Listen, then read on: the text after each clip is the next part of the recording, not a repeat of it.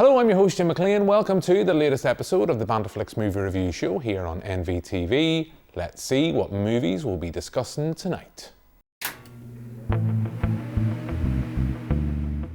We'll be reviewing Fantastic Beasts: The Secrets of Dumbledore.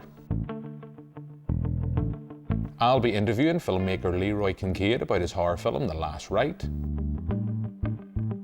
Our pick of the streams is The Death on the Nile, which is available to watch on Disney Plus's streaming service. And we'll wrap up with our DVD of the week, the fifth installment in the Scream franchise, which is out in DVD and Blu-ray now. So that's what we've lined up for you this week, and joining me here in the studio is one half of BanterFlix's Sleuth Sisters, our true crime-loving deputy editor, Thérèse Ray. Hi Jim, how are you? I'm good, Thérèse. We're going to be talking a lot this week about various films. It's going to be interesting to see what you think of all three. But before we get into that, I know we're not going to get the chance to review the film in this week's show. We'll be talking about it next week. But The Northman, it's out in cinemas now. It's getting rave reviews. I've seen a lot of 5 stars from The Guardian, Empire, quite a few.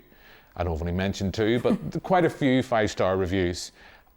Are you excited? I mean, are you excited by the fact we have Robert Eggers' latest feature, filmed here, star-studded cast? We have a few films tonight with star-studded casts, and we haven't seen it, but are you excited and proud to see this film on the big screen? I would say, first and foremost, I'm probably pretty proud, considering, you know, as you said, there was such a star-studded cast.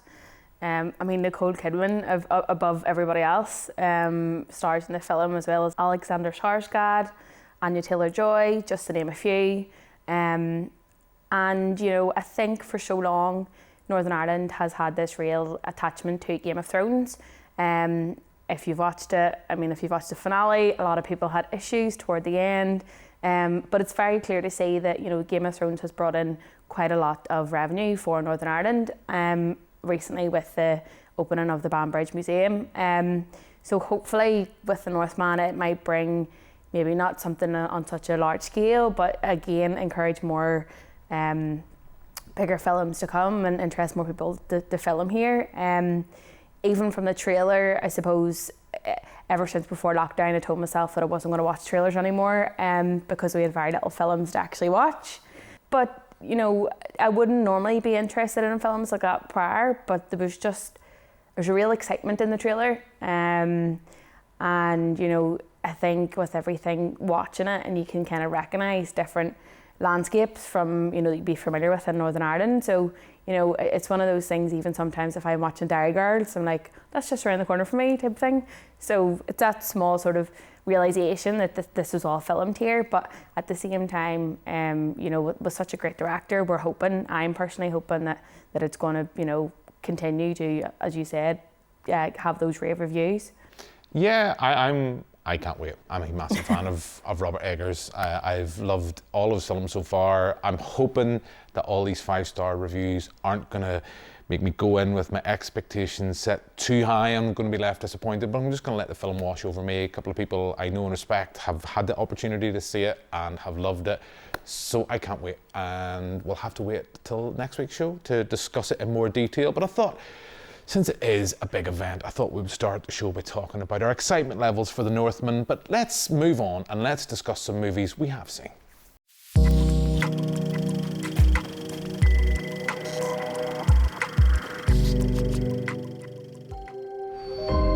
Memory is everything. Without it, we are blind. Without it, we leave the fate of our world to chance.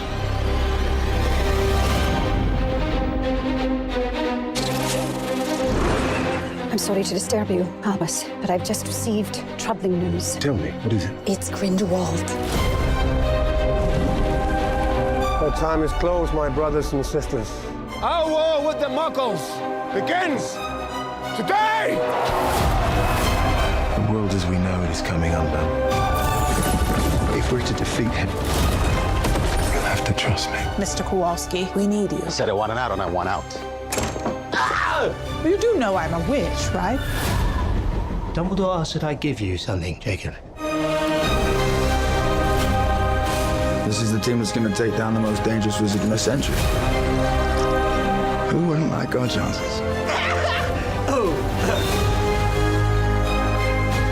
No one can know everything, not even you. What you're doing is madness.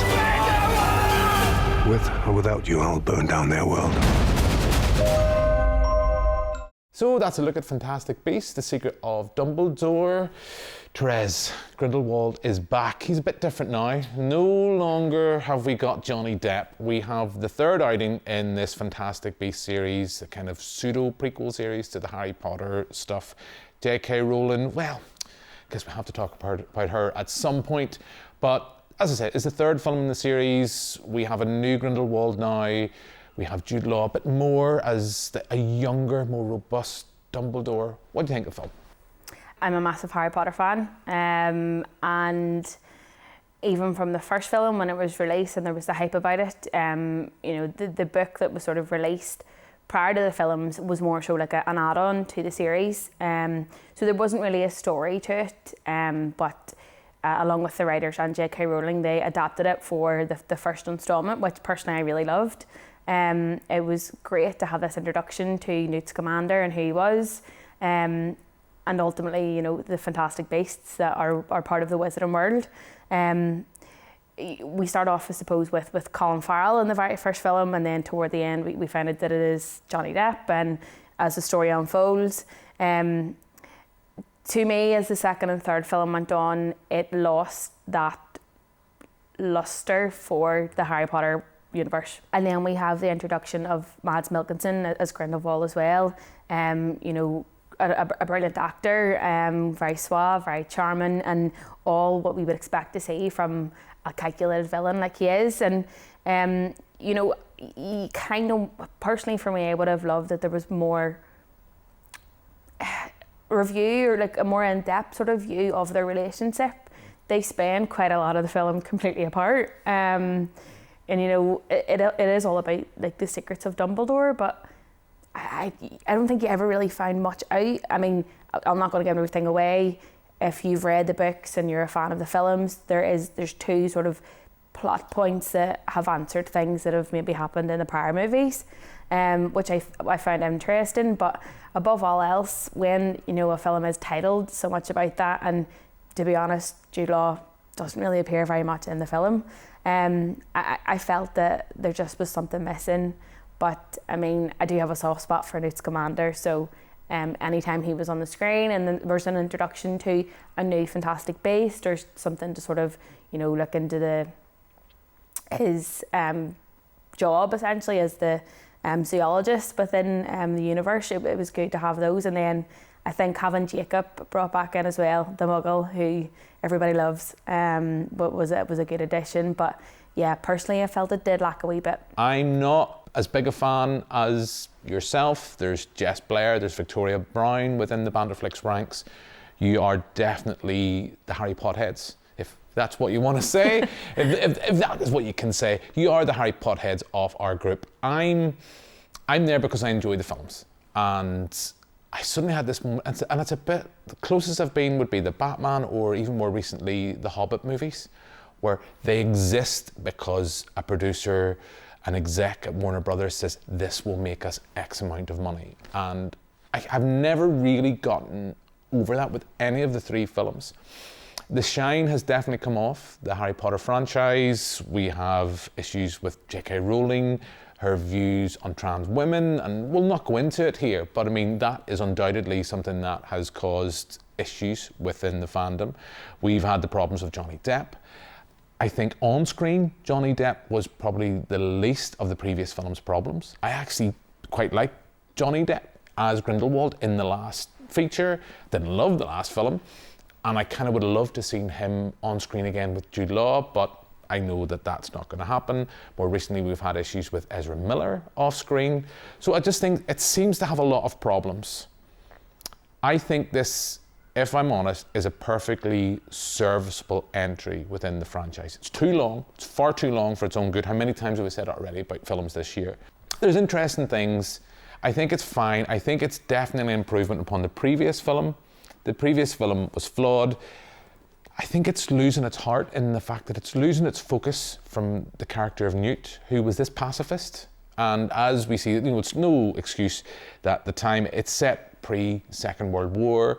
And this is the whole idea from the previous film, was that we've seen the character of Newt, who's a pacifist, who's someone who believes in nature, is being forced to take a side. And that's been lost as the franchise wants to steer itself back to Harry Potter and being a more pseudo prequel series.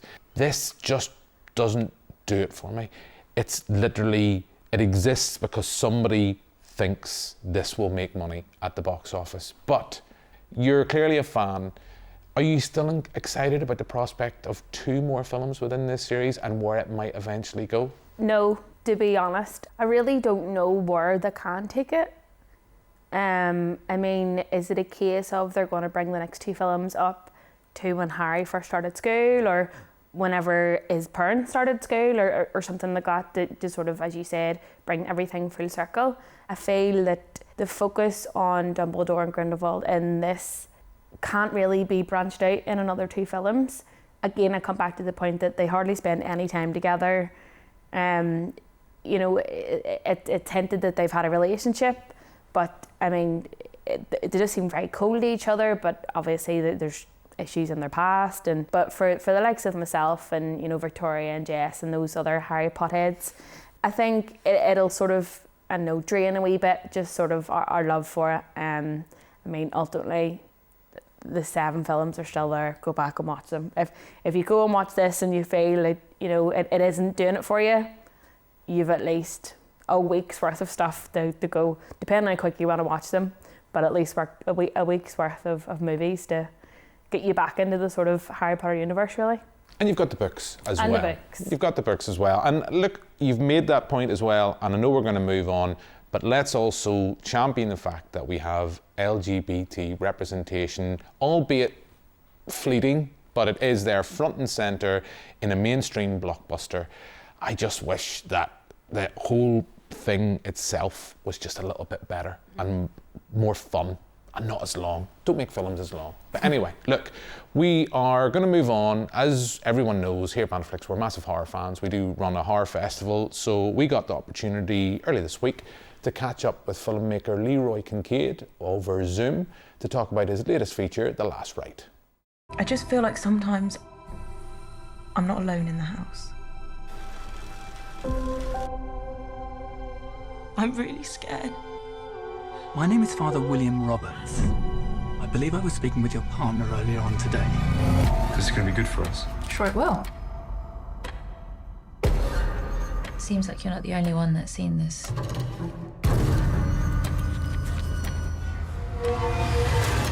You have seen the entity. My guess is it's attached itself to you already. Do you feel a presence with us now? Since the other night, it's never left. Where is it? Everywhere. So that's a look at the trailer for The Last Rite, and I'm joined now by the film's writer and director and many roles on this project, but we will come back to that. I'm joined by Leroy Kincaide. So hello to you, good sir. Hey, good sir. How's it going? All good? I am good. I'm delighted to be talking to you about your latest feature, your first feature. Do you want to tell our viewers, well, tell them as much as you want them to know going in to a viewing of The Last Rite? Yeah, so the best thing to sort of think about is look at The Last Rite as a film that sits between Exorcism of Emily Rose and Amityville Horror. It's in that sort of world, very much inspired by true accounts and true events, some of them. Supernatural is a very touchy subject because it's one where you can do a lot of disservice by not staying true to the material. As there's tons of material out there for supernatural goers who love to research that. So the film is very much grounded in that. An element of sleep paralysis is in the film as well. I used to suffer from sleep paralysis, so it was quite a close story in some aspects of the telling of the movie. So, I guess that, without giving anything else away, that's pretty much where the film sits. Listen to yourself. You sound nuts.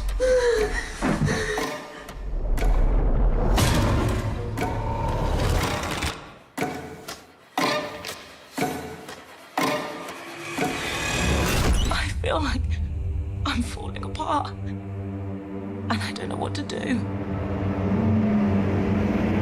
Michael the Archangel, defend us in battle and protect us against the wickedness and tyranny of the devil. How did you find that experience of this being your first feature? You'd worked on shorts before, I think, if I'm correct. This was the first feature, and how did you find that? I guess, you know, the answer a lot of people always talk to me about is it's about time management. You know, you can shoot if you can shoot a short, you can shoot a feature. But how did you find the logistical side of that, of going from a short run time to what, nearly an hour, 47 minutes, I think? I think the feature film wasn't difficult. It was just more so mentally challenging and tough to keep it going. I loved the process. I thought it was great, if I'm honest. I mean, when you make a low budget feature, what you end up doing is you wear multiple hats. I'm sure you've probably heard that many times before. So you wear multiple hats. I was like, not only like the writer director, I was also the cinematographer, the gaffer, the DOP, basically, like everything like a DOP does. I had nobody else doing anything on the camera side of it. Horror really, really lives and breathes in its tone. And not just like the psychological tone, but like the atmospheric tone. You know, the tone's got to be right. You know, it's got to be what the film needs to be.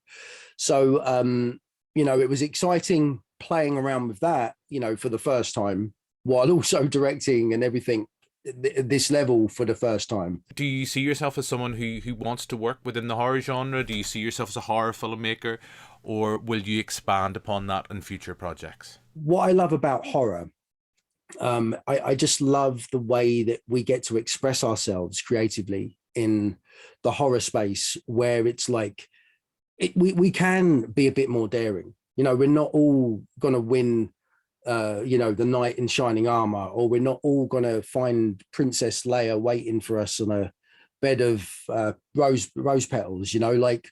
So for me, horror is like absolutely the jam that I want to use moving forward. I might segue a little bit into action and sci-fi, but horror will always be coming with me in everything I do. What were the projects we will see you attached to in the future? So the next one currently in the process at the moment is one called Hollow Ones, which is I should say I don't want to say a psychological horror, but it's a bit like that. Definitely in the home invasion space, because I love home invasion. I think taking someone's safety net and then flipping that on its head, you know, no one feels any safer than when they do it at home. But what happens if intrusion is then just the beginning? So it's like, for me, definitely that's going to be what's next, Hollow Ones. So I look forward to that. But more importantly, The Last Rite, it's out now. It's available on VOD services, and check it out. So Leroy, thank you very much for your time. Thank you kindly, my good sir. Lucy? No matter what anyone says, don't let him in. Burn in the eternal flames of hell.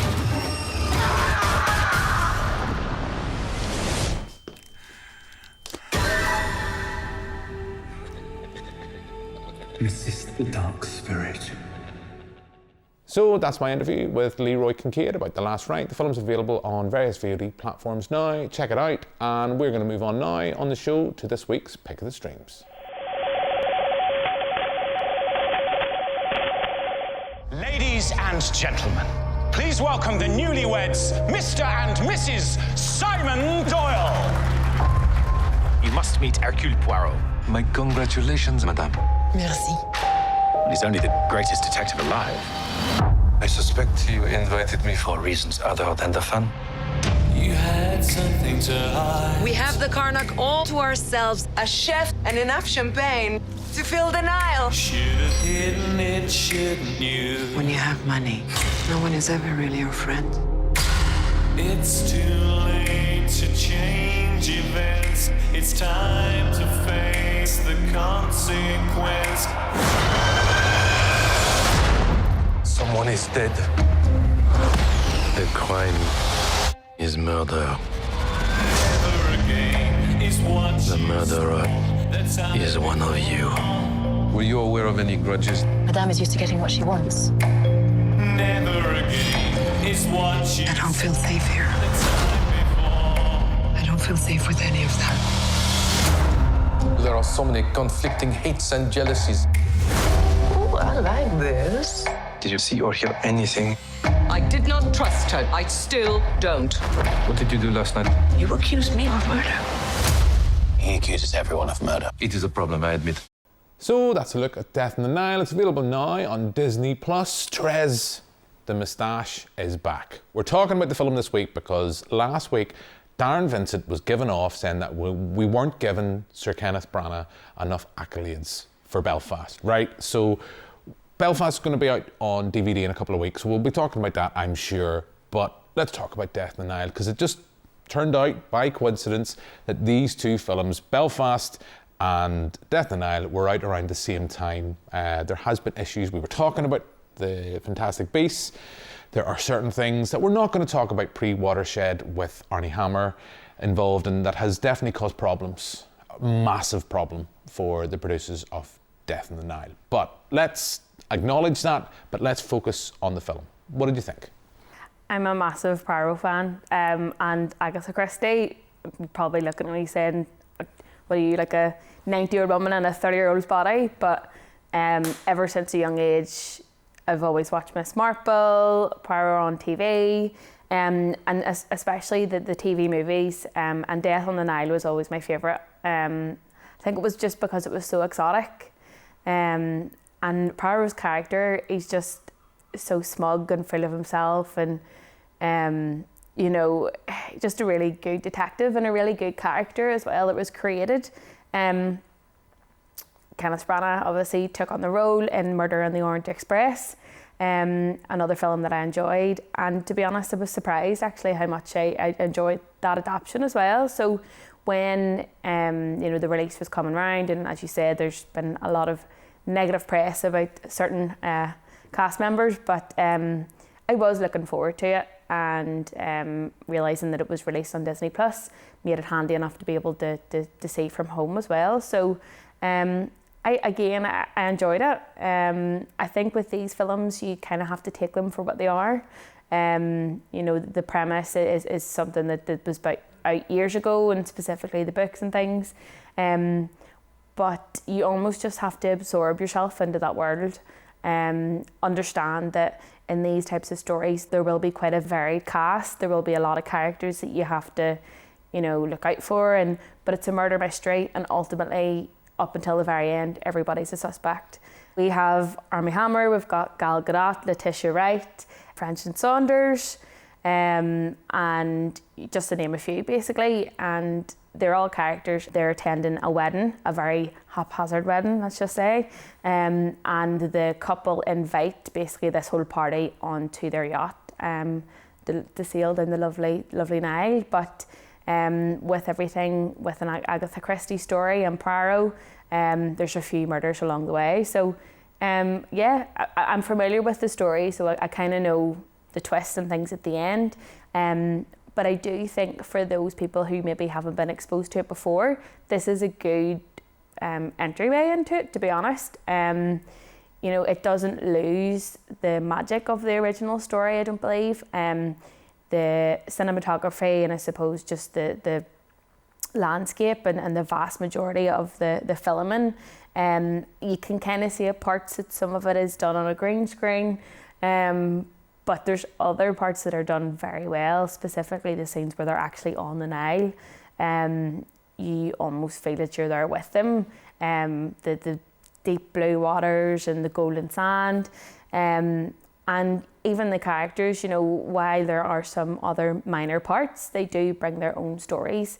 You know, depending on how long they actually appear in the story as to not. And as I said, ultimately everybody is a suspect right up to the very end.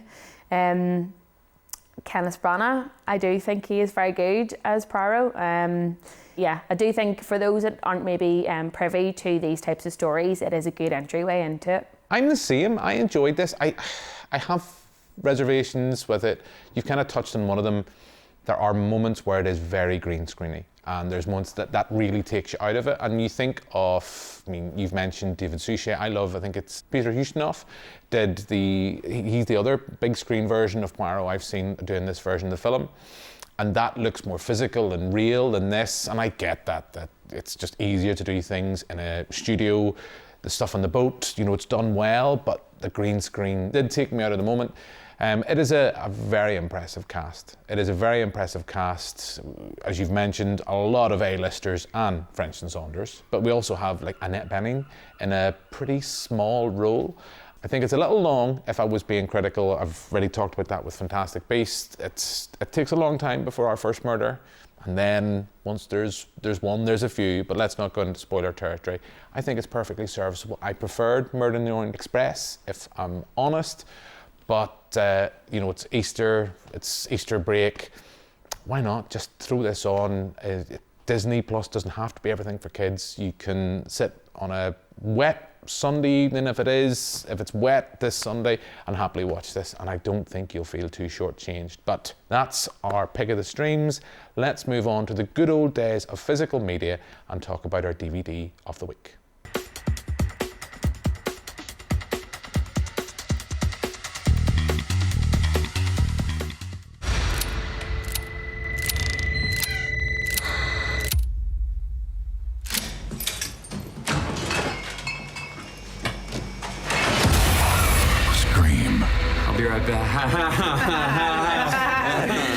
He's dead. So that's a look at the trailer for the 5th installment in the Scream franchise. Thérèse, I just can't call it Scream. There is one Scream, and that was Wes Craven's original, but this is Scream 5. It's back.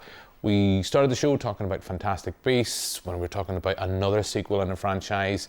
This is a requel, I believe the term they use in this is for the 5th installment, where we bring some of the cast members back, but this is trying to be a springboard to a new, for the franchise to kickstart itself. We know now there's going to be a Scream 6, I think it's going to be out next year. I know Adam Neeson and I, a couple of weeks ago, were talking about this. I had a bit of kind of hemming and hawing about that, but it'll be interesting to see. What did you think of Scream when you got to see it in cinema? I mean, normally I come on here and I'm negative about every single film, but I was never so excited whenever this was announced that it was coming out. It's a film that one of my best friends have bonded over, and it was like the first scary film we watched together as kids. So yeah, as soon as it came out, I was ready for it. I mean, when there's this sort of new lease of life of like a younger cast, we did see it within Scream 4, and I know people had their issues with that as well.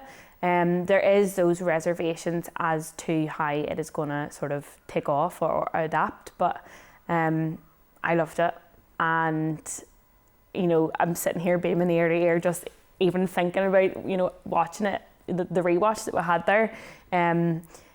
I think it is a perfect requel, but also like a continuation of the story itself. You know, the sort of focus more so is on a young girl and her sister. The sisters, they're both sort of estranged, depending on their family relationship. And yeah, the one thing that sort of connects them is good old Woodsboro and a murder. So the girl, the sister, who is no longer living there, has to come back, and it sort of kicks off this spree. As I'm sure everybody knows, Woodsboro isn't a quiet town. And, you know, while we do have the previous cast members, Courtney Cox, Neve Campbell, David Arquette, you know, the three big hard hitters, they do appear in it.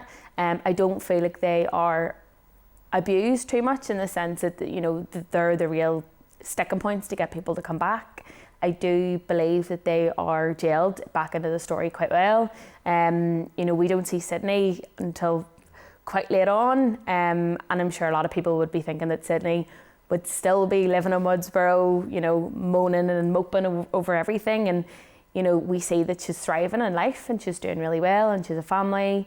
Same with Courtney Cox, you know, she's still doing really well. And poor old Dewey essentially is back where he is, you know, living the life that he can to his best of his ability.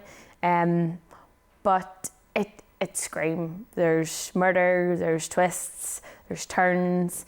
You know, much like Death on the Nile, everybody's basically a suspect. They always do those really good scenes where, you know, someone says something and then there's the look and then the catch back and you're like, yep, you're thinking bad things. Yeah, again, another gateway into a really, really good franchise. And I think for fans, you know, like myself and other people, it just got us excited for horror again, I think, as well. So yeah, I can only really say good things about it. I enjoyed it for what it was. I'm hesitant about the fact that we are going to have a Scream 6 and then if it's a box office success we'll have a Scream 7. I don't think we necessarily need a sequel just because something makes money. I think if we're really, and I say this and I will pull back on it a little, I think if we're really on a Scream, the first film with Wes Craven, it's a perfect horror film. It should have really been a great one and done. It really should have, but it made money. Sequel was inevitable. And each of those installments have each looked at various aspects, sequel culture, trilogies, you know, requels in this sense, and reboots with Scream 4. I like Scream 4, I am a fan of it. This just about did enough to get across the line for me. I think the directors that are on board, I think, you know, I love Ready or Not. I think they do some great action sequences and some great, well plotted out set pieces and sequences within the film. I did feel, if I'm honest, it felt like they tried to cling too much to think, what would Wes do? And I would rather someone come in and try and do their own thing with the Scream franchise. This was this pure nostalgia fest for me. I enjoyed it for that sense. I didn't feel I was being manipulated into that. They did enough just to get across the finishing line. It's a well-executed horror film, does what it needs to do. I just don't know if I want a Scream 6, a Scream 7, a Scream 8. I just think it's going to come to the point where we need, like what Wes Craven tried to do with Nightmare on Elm Street when he did Wes Craven's New Nightmare. We talk about meta horror, they talk a lot in this film about elevated horror.